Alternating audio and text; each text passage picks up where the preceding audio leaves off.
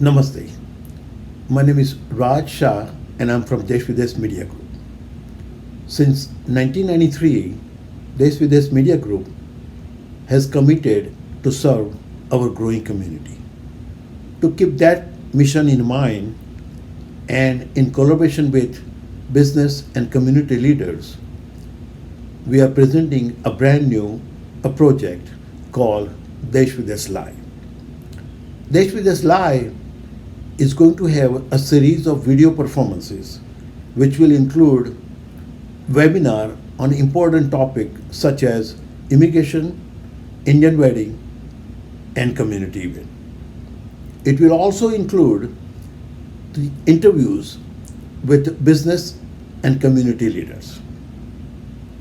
If you recall, every July issue of our Desh-Videsh magazine, we profile top valedictorian students of current year.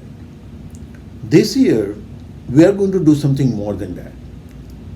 We're going to include their video messages in this program, Desh-Videsh-Live, along with messages from a community and a business leader. Today, I'm going to present you 4 community leaders who is known to everybody in the community. And they are Dr. Kiran Patel, Dr. Shaykher, Dr. Jagadish Sheth, and Dr. Paddy Sharma. These community leaders have dedicated all their time and money to upbring our community. If you want to know more about these community leaders, please go to our website, Desh-Videsh-Live.com.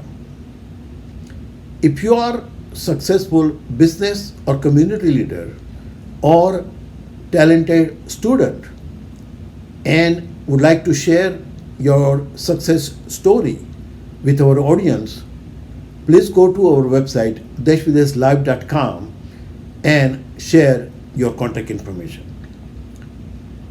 If you like today's program, please make sure you pass information to your friends and family. Also, please make sure you subscribe our YouTube channel by clicking the red subscribe button below this video. Now, sit back, relax, and enjoy today's program. Congratulations to all the valedictorians and the new graduates for the class of 2020. I bet none of you had planned for or imagined that a virus can disrupt 120 days of your life. I bet none of you thought you would be giving your valedictorian speech to an empty auditorium. But remember, in this journey called life, there often comes time that you experience challenges that are unplanned for, and it is how you react to those that differentiate you from others. I believe that people who are crazy enough to think they can change the world are the ones who do. I see greatness in each and every one of you and know that you have what it takes to be the change maker in the world, because you are the trailblazer. If you ever have doubts in your mind think about this small Indian child who grew up in Africa, had to travel 90 miles to go to a high school because there was no high school in his town, and who ended up in United States and having a global impact on 3 continents, impacting many, many lives by providing education and health in India, Africa, and United States. That person is none other than who you are seeing just now giving this talk to you. If you believe that the best way to predict the future of our community is to invent it ourselves, then today you are taking a giant step in the right direction. Let me tell you that you all have a choice. You can take the textbook approach to life, and you can take the path of least resistance. Go to a college, get a job, and live perhaps a successful but extremely predictable life. Or take the trailblazer approach to life and refuse to take the path of least resistance, but instead choose to take the path less traveled. Change your perspective of yourself from being ordinary to being extraordinary, being an artist. Change your perspective from your life being just something that happens to it being a source of art and creativity by which you create and act. Let each day be a new, totally unique canvas, and the day after another canvas, and the day after that still another canvas. Each unique, each with incredible potential, each fulfilling and complete in itself.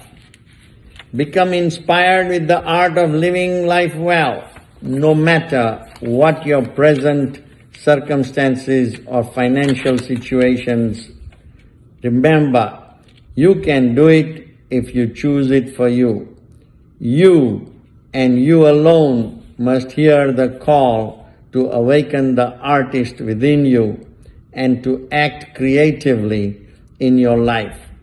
Not once in a while, not when the occasion arises, but regularly and consistently, daily, because you are an artist, you are a trailblazer, you are a pioneer, you are an innovator, you are a trendsetter, you are a groundbreaker. Always remember, you are a trailblazer and you blaze a trail for others to follow. Thank you, God bless you, and God bless America. I was 5 years old when I decided that I wanted to become an author one day.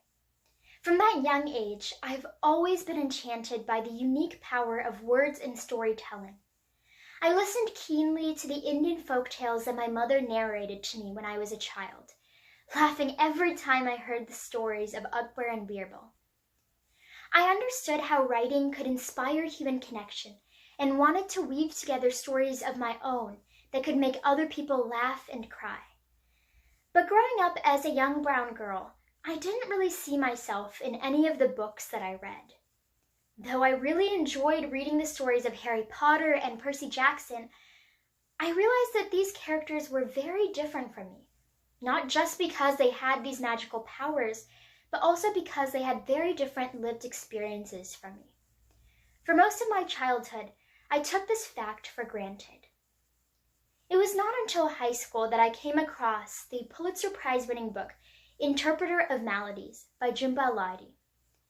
Interpreter of Maladies was the first book I ever read in which the main characters were people of South Asian origin. At this time in my life, when I was learning to strike a balance between my Indian and American identities, Interpreter of Maladies really gave me a new perspective through which I could view my culture and heritage. And it also taught me the importance of diverse representation in media, literature, and politics.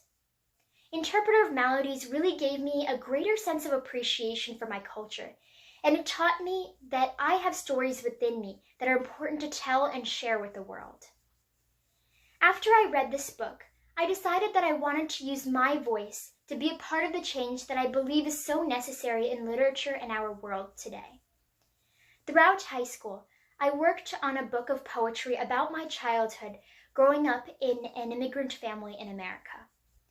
At the age of 15, just a decade after I had initially realized this dream of becoming an author, I was finally finished with my first manuscript. That book, Hands for Language, was acquired by an award-winning multicultural publisher last year, and it will be released to the public next month. I hope that my writing can empower other young girls to embrace their identity, just like how Interpretive Maladies did for me. In the fall, I will be attending Princeton University, where I will major in the Woodrow Wilson School of Public International Affairs, while pursuing a certificate in creative writing. My Indian American identity has taught me the importance of diversity and intercultural understanding, which have contributed to my passion for foreign policy. My culture and my family have instilled within me a work ethic and a respect for human rights that I will carry throughout every field that I work in. I want to dedicate my career to public service and work as a human rights lawyer after attending law school. I hope to run for office someday so that I may serve the public and promote social justice and progress that I believe is so important and necessary in our world today.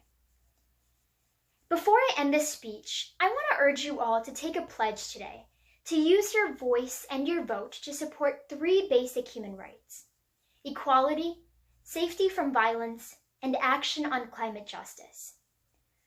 We're living in a really difficult and unprecedented time when people are losing their human rights due to inadequate health care, police brutality, systemic oppression, and a wide variety of different issues.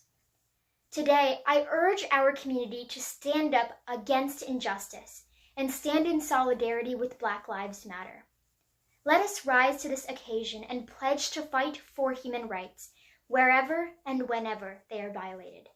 Thank you so much. Congratulations on your graduation, especially graduating with excellence.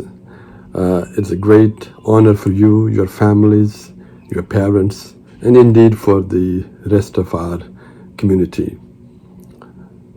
My name is Dr. Shaykher. I'm a cardiologist in Miami with a deep interest in our Indian heritage and Hindu spirituality. Just a couple words about me.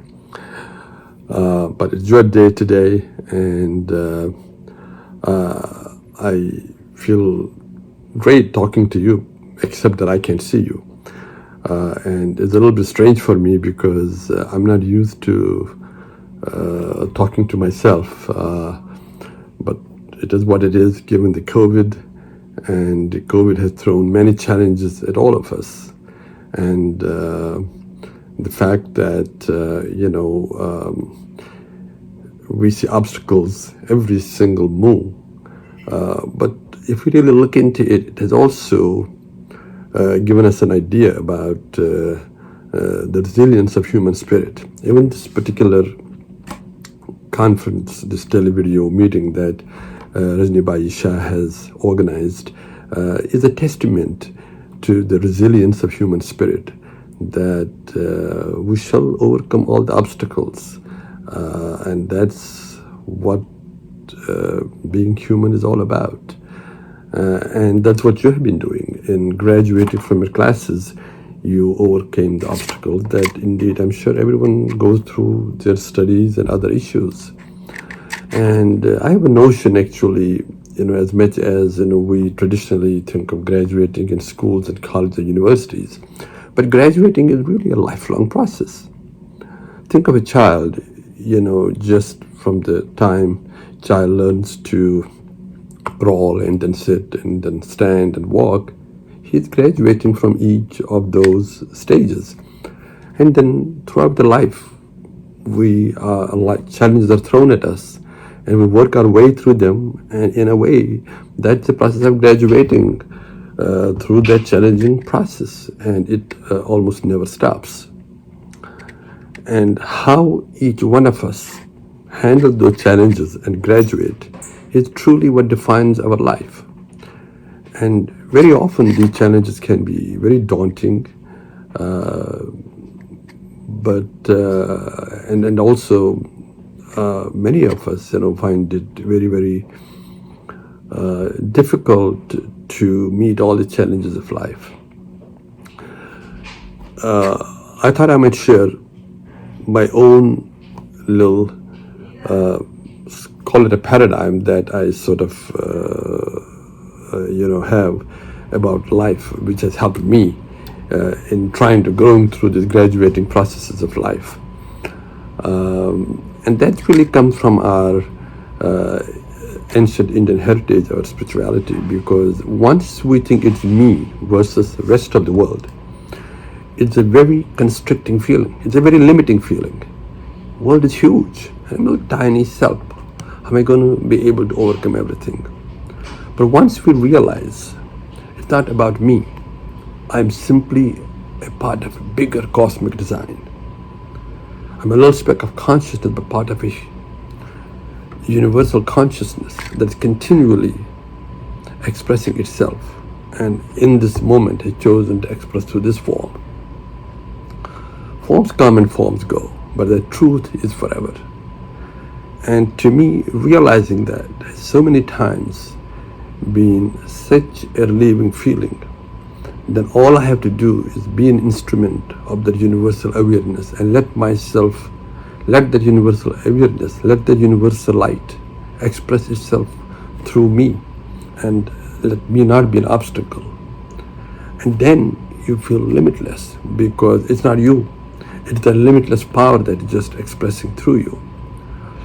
And I feel that is a blessing for us, because we all have the Indian background and have this great Indian heritage and philosophy to guide us through the life. And it's my really sincere hope that as you go through your life, meeting different challenges, you would also dip and dive into this worldview of our Indian philosophy, where we are taught that we are part of whole, and with that feeling, one is able to just do one's part through this life. And I hope that you will also in your life continue to go through greater and greater accomplishments and contribute to the world. And if we, through our limited lifetime, are able to share that light with our other fellow beings and make their burden a little bit lighter and help this world move a little bit forward towards that universal and cosmic thinking, I think we would have done our part, and that would be a real graduation for all of us. I have been given a limited time. I think it's about 5 minutes, and I think I might be almost over. So without prolonging it, I once again want to thank you all and for giving me opportunity. I once again congratulate you, your families, your parents, and also want to thank once again Rajnibai Shah for giving me this opportunity. Thank you. Hello everyone, my name is Anish Ravichandran, and I am the valedictorian of the American Heritage School of Boca del Rey. I know these are very hard, unprecedented times due to the COVID-19 pandemic, and none of us expected this. But I'd like to thank everyone for staying home and staying safe, and doing your part to flatten the curve. My path to being valedictorian was full of obstacles, hard work, and determination. And I had to make very tough decisions all the time, even starting from 9th grade to my senior year. I remember one time in sophomore year where I had to choose between going to the movies with my friends or deciding to study for my world history test the next day. And I decided to study for my world history test. And I believe that was the kind of mindset that helped me become valedictorian today. I'd like to thank my hardworking parents who came from India and became very successful here through their hard work. Their work ethic came to me, and I believe they inspired me to work hard as well. I'd also like to thank my friends who were also very academically focused, who also inspired me to work really hard in school to become valedictorian. My main support was the Indian community, who was always there to give me help and advice. I remember when I was in 9th grade, we would have SAT study groups, so we would all study together and help each other learn and get better at academics. So the Indian community was very helpful in this way. All these parents would give me college advice, which was very useful in applying to colleges and moving through high school. My future plans after being valedictorian is to go to MIT and get an aerospace engineering degree, also with a business degree. I hope to complete my undergraduate and graduate studies, and after that I'd like to work at a space exploration company like SpaceX or Boeing to help explore the moon, Mars, and beyond. In addition, I'd like to found a company that provides machine learning customizable solutions to small businesses to help them work more efficiently and better, to get better profits. Thank you all for listening to my speech today, and I hope you are all happy and healthy. Thank you. Congratulations to the class of 2020. You have gone through a unique experience of remote learning as well as virtual graduations. Equally important, you have learned how to share the space with your siblings and parents for more than 2 months, 3 months. Resilience you have understood has been very valuable lesson and an asset. You have learned how to improvise, be creative, come out with innovative solutions given the space constraint but time flexibility. As valedictorians, you have also shown leadership quality. You have shown that you can be a change agent. And the world today needs more change agents than ever before. Leaders come not just because of the traits, but because of the circumstances. Examples would include Mahatma Gandhi in India, Martin Luther King in the United States, would also include Mandela in South Africa, but also true about government leaders, not just social activists, such as Abraham Lincoln, President Abraham Lincoln during Civil War, or Franklin Delano Roosevelt during World War II, and of course John F. Kennedy during the Cold War. It is true of any institution, whether it's a corporation where leaders emerged during a crisis. And we are going through a pandemic crisis globally in scope. Nobody thought that the economy will come down so fast due to shutting down, lockdown, as well as shelter-in-place procedures, both on the supply side, production, as well as on the consumption. But we have learned to improvise. We have learned to shop virtually. We have learned to do work remotely. We have learned to actually be together in the family. And as I mentioned, the world needs change agents or leaders today more than ever. There's a very strong worldwide dissatisfaction with the governments. There's a whole populism movement. Existing leaders are thrown out by democratic process or by military coup. World also has tremendous advantage today in terms of the rise of leaders because of social media. I can be instantly having my message go all over the world, not just locally, as it began with other social activism or political reforms. But I can be instantly in the world stage, if I wanted to start a movement. Similarly, we have the technology which is blessing us to do things that would not have been possible before. The digital revolution, especially smartphones and powerful networks, have done an enormous contribution to the society in terms of coming out of new enterprises, new skill sets, new ways of doing business, whatever they are. And by the way, it is not limited to older population. In fact, change agents always have been young when they were social activists. The latest examples of a leader being created by the context is Greta Thunberg from Sweden, a young woman of only 15, 16 years old, leading the world in sustainability. Or, in fact, Malaya from Pakistan did a fantastic job of standing up. Leaders have three key ingredients which you all have as valedictorians. The first most important one is courage. They have the courage to stand up to what they believe in. Second one, they have a compassion. They have a caring attitude about others and their sufferings or their righteousness. And of course, they have the passion and the mission with which to achieve the goal. You have all the ingredients in you. And therefore the potential for your future is enormous. I know we are all struggling right now with the uncertainty of the coronavirus, which college we should go to after high school graduation. Should we be near the home or away from home? Should we go to private universities or should we stay with the state universities? I remember all those debates when I became a mentor to many young people. And similarly, college graduates are struggling about job opportunities because jobs are not there right now. But all of this is short term. If we learn how to survive in the short term, the crises always have created opportunities in the long term. And those opportunities could be in the social activism area, could be in the corporate world, or most importantly, entrepreneurship. Today, I can be an entrepreneur a lot easier than ever before.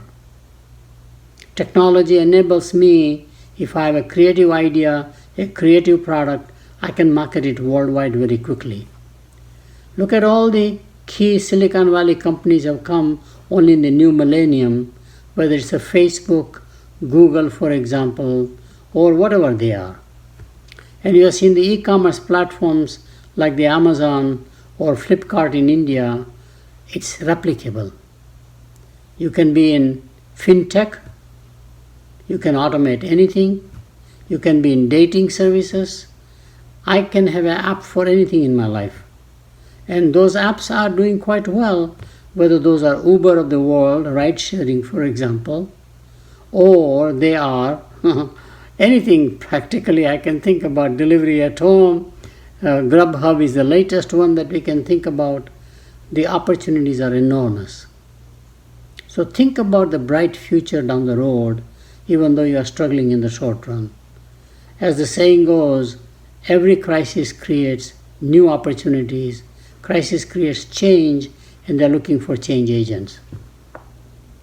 Again, my congratulations to you with one final message. Remember, you are a privileged class. Your family invested in you, and therefore you have an obligation to give back, giving forward as it is called, from the time you graduate from high school or college. Giving back would go a long way because making money without meaning is meaningless. You will be more empty inside. And therefore make sure that you have a social obligation to your parents to take care of them, to the community in which you grew up, and to the society at large. Again, my congratulations to the class of 2020. Graduates of the class of 2020, I have been asked to give you this speech in the hopes that I can impart words of insight, inspiration, or at the very least humor. Unfortunately for all of you, I am neither insightful, inspiring, or funny, so I'll at least try to be brief. To my fellow classmates, watching this today from behind a screen rather than on a stage, take comfort in the fact that we are making history, both figuratively and literally. This ceremony today with all of you serves as proof of how strong, how resilient, and how determined we are to succeed. Although none of us expected our last moments of senior year to be marked by a global pandemic rather than prom or grad bash, these last 3 months have taught me more about life and the real world than any class ever could. because that's the thing about life. It's unpredictable. This is the part of my speech where I share some inspirational quotes I found on Google. For every high point we reach, there is a low point. But it is hard times like these that remind us to appreciate the good times and not take them for granted. There's this quote that J.K. Rowling once said as Dumbledore: "Happiness can be found, even in the darkest of times, if only one remembers to turn on the light." And I think this sentiment especially rings true today. The thing about crises is that it tends to unify and bring out the very best in people.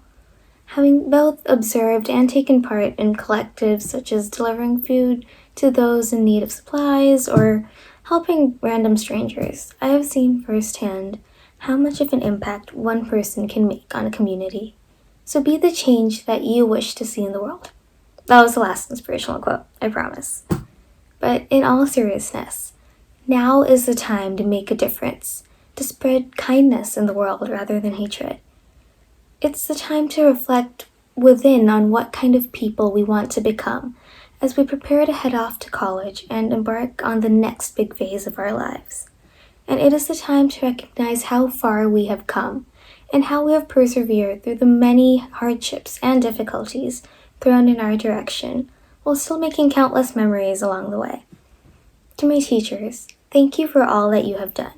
Whether I was listening to Mr. Hoffman tell his signature jokes while I sketched, or debating movies with Mr. Brinegar in math, you have been part of this journey with me.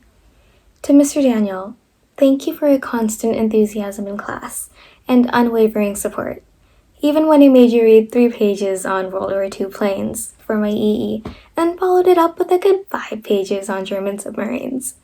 No one needs to know how many rotor settings an Enigma machine has, but I thank you for not holding it against me regardless. Ms. Danza, thank you for the countless discussions and your patience when we went silent after you asked a question. I promise I've memorized all of the parts of the working memory model, at least to a certain extent.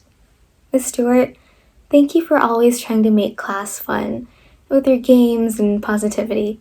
You're the only person I would read Hemingway for. Mr. Brinegar, thank you for making math one of my favorite classes and something I started looking forward to. Whether it was sci-fi movie recommendations or discussing quantum physics for 2 hours, conversations with you would always brighten up my day.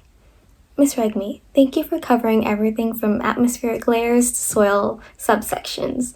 Your 1-year crash course saved us more than you know. And lastly, to Dr. Shambarch, thank you for the constant laughs and advice, no matter what the topic was. Although, for the record, it was the kid's fault he fell into the gorilla pit. To my friends, thank you for the morning hugs and afternoon walks and making school so much more fun. And last but not least, thank you to my family. I love you, Mommy and Krish. Now back to the main topic. We graduated. If there's only one thing you take away from the speech, let it be this. As the class of 2020, we have the very unique and exciting opportunity to lead into uncharted territory and to show others, quite frankly, how it's done. If we could succeed and thrive despite everything that's going on right now, we can do anything, and I know all of you will only go on to do even bigger and better things in the future, no matter the circumstances. So here's to the class of 2020. Congratulations, you've earned it. Hi, my name is Narain Kumar Maya, and I'm the salutatorian of Winter Springs High School, class of 2020, as well as the IB class of 2020. I'm the son of Jyoti Kumar and Umanandani Termaya, as well as the brother of Anupa Termaya. This fall, I will be attending Vanderbilt University to pursue a major in neuroscience and a career in medicine and neurology. Over the past 4 years, I've made so many great memories with my family and friends, many of whom come from the Indian community. Whether they be Saurashtra, Tamil, Telugu, or Gujarati, I've come to recognize the immense impact the Indian community has on where I am today. My Indian heritage and background has been with me from the very beginning. When I was 3 years old, I started attending Chinmaya Mission Orlando, where I learned more about Hinduism, religion, philosophy, and the Tamil language.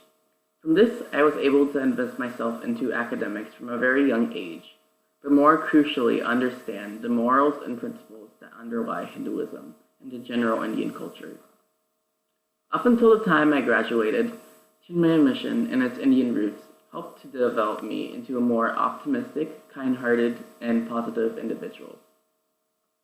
My experiences as an Indian have also taught me that a part of growing up isn't just studying textbooks all day long, but rather exploring your passions.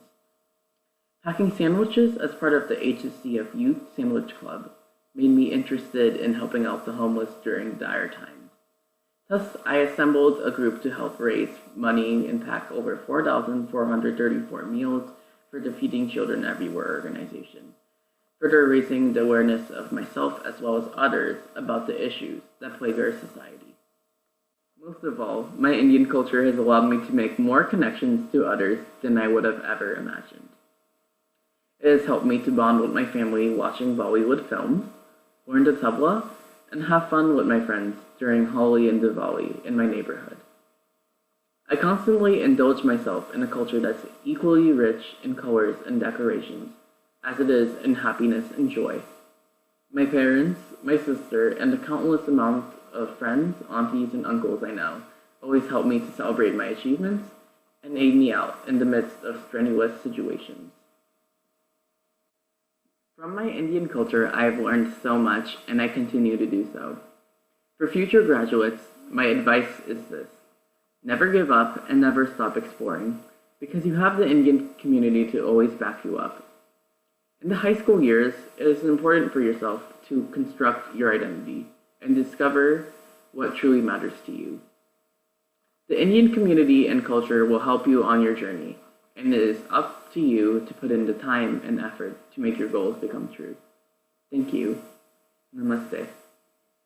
Good afternoon, everyone. My name is Shivani Parmal, and I'm the valedictorian for the class of 2020 at Legacy High School. I am assuming that for those who are watching, there is one major question on your mind: how to become a valedictorian. In short, the best answer is a dedication to academia. Nevertheless, it would be a gross understatement to say that it was all motivation. Initially, my inborn trait of loving to learn was what pushed me. But this can only take someone so far, and once I entered higher level classes, the major source of motivation for me was actually competition. I have always been a competitive person, and this had a great impact on my academic success. Growing up, my family would always make jokes that Pramals always get the highest grades in class and that 99s are not good enough. With this in mind, you can imagine the competitive complex I developed at a very young age. In addition, I attended a majority Caucasian school, where for most of my classes I was one of a few students of color. Even though this came with hardships, I cannot deny that this was a major influencer on the extent at which I tried in school. Always being known as the Indian one and being easily recognized made me feel as if I was the Indian representative for Legacy High School. With the stereotype that Indians are smart, I felt that I could not let my people down, and this pushed me harder throughout my entire education. I bet that you'll expect that I had stereotypical strict Indian parents that pushed me to become a valedictorian. But in reality, my parents are fairly lenient when it comes to education, at least according to Indian standards. Obviously, they wanted my siblings and I to succeed, and they arguably enforced education more than a typical parent in the United States. But compared to other Indians, my parents are fairly lax. Nevertheless, my parents are still somewhat traditional because, like other Asian parents, they still try to make me a doctor since before I could speak. But having parents that were not forcing an education on me, but was rather reinforcing its importance, made my family life very enjoyable, which is something I find invaluable and something I do not take for granted. And the fact they supported my siblings and my goals, mine being academic success, made me feel supported throughout all the trials and tribulations that came with trying to achieve something. I still remember all the times when my mom and I stayed up trying to figure out all the classes I was going to take next year, and my mom telling me to take less classes because she was worried that I would be overly stressed and burn out. It's in these small remarks that made me realize that my family cared more about me and my well-being versus the success I could potentially give them that motivated me tenfold to achieve my goals. Because, at least for me, the greatest source of motivation I was ever able to find was others. In many ways, I think this was the greatest contribution I gained from being Indian, the tight familial bond it promotes. If I were not as close to my family as I currently am, my sense of purpose to make my family proud would not have been embedded into me, and driven me to work as hard as I do. As I soon depart, I will leave you with 2 pieces of knowledge that I wish I had known earlier and I currently live by. One is to always learn from your mistakes. Both are from your mistakes and misfortunes. Both are inevitable in life, and in my opinion, one of the greatest differences between those who are successful and those who aren't are their ability to benefit from any situation they are faced with. Realizing that even with failure comes knowledge, and that you only truly fail when you choose not to take the time to learn from your mistakes is a great principle to promote continuous growth and strength. For myself, some issues take hours, others years to fully understand how I grew from a situation. But now that I'm older and more mature, I know that all these hardships built me into the person I am today. Whether it taught me a lesson, motivated me to work harder, or is just a funny story I tell my friends, I found a way to make these negative events something I can now take pride in. My second tip is to realize that struggle is concurrent with opportunity. Whenever you struggle, it means that there is potential to be attained. Those who struggle the most have the most possibilities ahead of them, and those who have no hardship will forever be stagnant. Therefore, struggle is not a bad thing, but is merely the threshold to opportunity. So thank you everyone for listening. I hope you enjoyed. Bye! Namaste and Hari Om to everyone. My name is Kashyap Shriram, and I am the Salutatorian of the graduating class of 2020 from Seminole High School. Before I start, I'd like to sincerely thank Mr. Raj Shah and Desh-Videsh magazine for giving me this once-in-a-lifetime opportunity and their efforts in making the global community just a little bit more connected during these uncertain times. If you're anything like me, you're having mixed feelings right about now in the midst of the COVID-19 crisis. You've gotten to spend more time with your family, but your proudest accomplishments have been not having a haircut for 5 months and successfully convincing yourself every week that you'll start dieting the next week. But I'd actually like to thank the coronavirus for teaching me some very important lessons. Number 1, I look great in a face mask. Number 2, for parents, when your kids are at home, it's kind of like having a blender, but you don't have a top for it. Number 3, for kids, when your parents are home, it's kind of like having an alarm clock, but there's no snooze button. And number 4, planning a vacation has never been easier when your only options are the kitchen, the bathroom, and occasionally the garage. However, quarantine has given me a lot of time to think about my relationship with my religion and my culture and how the Indian community has been an integral part of my success. Growing up, the staple household names were Brew Coffee, Rajnikant, Badshah Chaat Masala, and Amitabh Bachchan's Kaun Banega Crorepati. Even though I was 8,000 miles away from the home of my ancestors, I never felt disconnected from my Indian roots. Since I was 4, I've been learning South Indian classical music, or Carnatic music. The benefits of singing are no doubt numerous. It's a stress buster, it helps you focus, and it's great with the ladies. But Carnatic music helped me build my own identity and instilled courage and confidence in me. I learned teamwork, strategy, and even mathematics came easier to me by understanding the rhythms and patterns associated with Carnatic music. It was the perfect way to allow me to mold both my nationality as an American and my culture as an Indian into a transcendent art form. Along with Carnatic music, I'm also a student at Chinmay Mission Orlando, where I've come to be part of a family that has turned me from an American-born confused Desi to an American-born cultured Desi. Hinduism is so much more than just going to the temple every Sunday, celebrating Diwali, and having the occasional puja. Although I'm never one to complain about some amazing gulab jamun on Diwali. Chinmay Mission has taught me the importance of keeping an open mind, as well as questioning the world around you. I have learned truly what it means to be a follower of Hinduism. Chinmay Mission was my practical school, a way I could enhance my own academic education. I always found myself invigorated after every lesson, as independent and free thought were always welcomed. I also learned Hindi at Chinmay Mission, and having grown up learning a little bit of Tamil and Telugu, negotiating with street vendors in India was never a problem for me. Chinmay Mission has helped me visualize my goals, keep a calm mind, and has given me the true answers to finding happiness, all of which have only propelled me further towards success. I've always embraced my culture. I find it adds to my personality and pushes me further towards my goals. As famous actor and philosopher Shah Rukh Khan says, there might come a point when you'll feel lonely. This is when your culture will be your best friend. I hope to never let go of my culture as I continue my pursuit as a biochemist in the medical field. Now it's time to highlight the real champions of today, the graduating class of 2020. Congratulations guys, we did it. You pushed through it all and finally emerged on top of the world. It's time for us to use our broad education to expand the humanity, compassion, and collective intelligence of the world. First and foremost, I'd like to say a huge thank you to my family, my first source of inspiration, In the great words of philosopher and singer Arjit Singh, Muskurane ki wajah tum ho. Sorry, I meant aap hai. Shout out to Chinmay Mission for teaching me that difference. Thank you for showing me how to laugh, and that although it may be easy to give up, when the going gets tough, the tough get going. To my teachers, to whom I attribute my hours of mental torture and sleepless nights, thank you for showing me that failure is a crucial step towards success. And finally, to my fellow Indian community, thank you for never letting me forget who I am. You've all motivated me to get where I am today, and a simple thank you isn't enough appreciation for your help. Now, as we go our separate ways, I'd like to share some tips that got me through my academic career. Number 1, whatever you do, always give 100%, unless you're donating blood. Number 2, stop worrying about what's in the future and start your work now. Have you ever realized that most people don't care what's on TV right now? They only care what else is on TV. Dream now, live now, laugh now. Worrying's not for you to do, that's for your teacher to do. Number 3, pick up a book every now and then. A bookstore is one of the only pieces of evidence we have that people are still capable of thought. Read and read more. Don't get me wrong, Wikipedia is great, Yahoo Answers, I love it. But trust me, books are a student's best friend. Finally, number 4, think positive. It's important to maintain your health, both mentally and physically, and positive thinking is the easiest way. Friends, you are all destined for greatness. Each and every one of you has the potential to change the world. So as we part ways, equipped with priceless knowledge, we embark on a life sure to be filled with challenges and success. Explore, dream, discover. 20 years from now, you will be more disappointed by the things you didn't do than by the things you did.